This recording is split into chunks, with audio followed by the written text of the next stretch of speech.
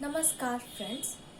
आज हम लोग छोटे से टॉपिक पर डिस्कशन करेंगे और ये टॉपिक है झारखंड में जमीन के प्रकार। ये जो टॉपिक है ये झारखंड के प्रतियोगिता परीक्षा के लिए इम्पोर्टेंट है, तो लेट्स डिस्कस। झारखंड क्षेत्र जो है, वर्तमान का झारखंड क्षेत्र, वह प्राचीन समय में जंगलों से घिरा हुआ था और यहाँ यह जो झारखंड क्षेत्र है वह पहले बंगाल प्रेसिडेंसी के अंतर्गत आता था। बंगाल प्रेसिडेंसी के अंतर्गत बिहार, उड़ीसा, झारखंड और बंगाल आते थे। ठीक है। अब झारखंड जो है वह तो जंगलों से घिरा हुआ था। यहाँ पर पहले कुछ आदिम जनजातियां रहते थे, फिर बाद में धीरे धीरे करके कई तरह के समूह यहाँ पर ग्रुप्स जो है आने लग गए। ठीक है। और जंगलों को काट करके खेती करने योग्य भूमि बनाने लगे और रहने लगे। ठीक है। जैसे कि हम लोग एग्जाम्पल के लिए उरांव जनजाति, ये रोहतासगढ़ से झारखंड में आए थे। जब रोहतासगढ़ में मुगलों का आक्रमण हुआ तो वे लोग शरण लेने के लिए यहाँ झारखंड में आकर के रहने लगे और बस गए। फिर मुंडा जनजाति, ये लोग प्राचीन समय में ही झारखंड में प्रवेश किए थे।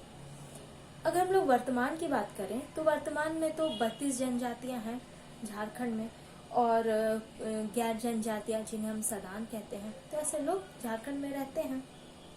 लेकिन अगर हम लोग कई वर्ष प्राचीन समय की बात करें तो यहाँ पर कुछ गिने चुने जनजातियां रहते थे, जैसे असुर, परहिया, इस प्रकार 8 जनजातियां थे जिनको कि हम लोग आदिम जनजाति कहते हैं। वे लोग यहाँ के मूल निवासी थे। बाकी लोग बाहर से आए और फिर ये लोग जंगलों को काट कर रहने योग्य और खेती योग्य भूमि का निर्माण किए, जो कि इतिहास में कई नामों से जाने जाते हैं। और जो इनके अलग अलग ग्रुप्स जो थे, उरांव, मुंडा, सदान आदि, इन लोगों का के द्वारा अधिग्रहित जो भी जमीन थे उनके अलग अलग नाम हैं जिनको कि हम लोगों को डिस्कशन करना है। ओके।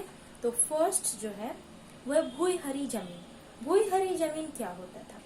उरांव द्वारा अधिग्रहित जमीन, उसको भूइहरी जमीन कहते हैं।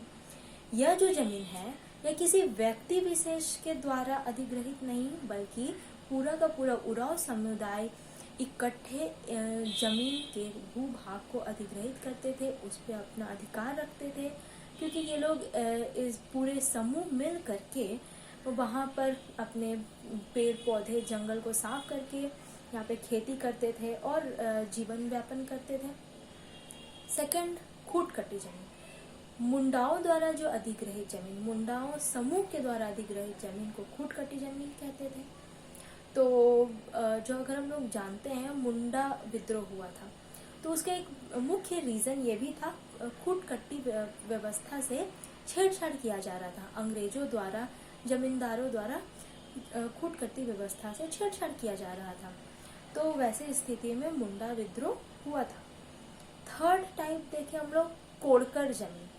तो जो नन ट्राइब्स, सदानों द्वारा अधिग्रहित जमीन थे उसको कोड़कर जमीन कहते थे। राजहंस जमीन, तो राजाओं द्वारा जो जमीन अधिग्रहित किया जाता करा हुआ था, या राजा जिस जमीन को किसी सेवक को या किसी को भी खुशी से दान में दे दिया करते थे, ऐसे जमीन को राजहंस जमीन कहते थे।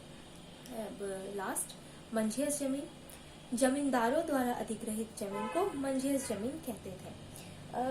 क्या होता था कि पहले अंग्रेजों के समय में तो जमींदारी प्रथा थी, या उससे भी पहले से जमींदारी प्रथा चली आ रही थी, तो जो जमींदारों द्वारा जो अधिग्रहित जमीन होते थे उसको मंझेस जमीन कहते थे।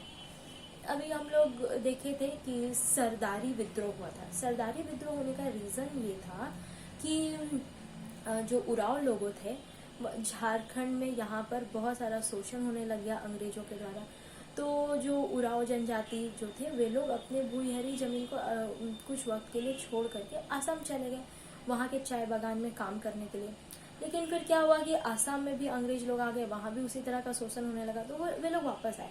वापस आने के बाद उन्होंने देखा कि उनके भूइहरी जमीन को जमींदार लोग जो है वो मंझेस जमीन में कन्वर्ट कर रहे हैं, मंझेस जमीन बना ले रहे हैं। तब वे लोगों ने विद्रोह किया, और जिस विद्रोह को सरदारी विद्रोह कहते हैं, जो काफी दिनों तक चला था। ठीक है। तो इस तरह से हम लोग इतिहास में जाने जाने वाले कुछ इम्पोर्टेंट जमीन के बारे में जाना। Let's recall once again.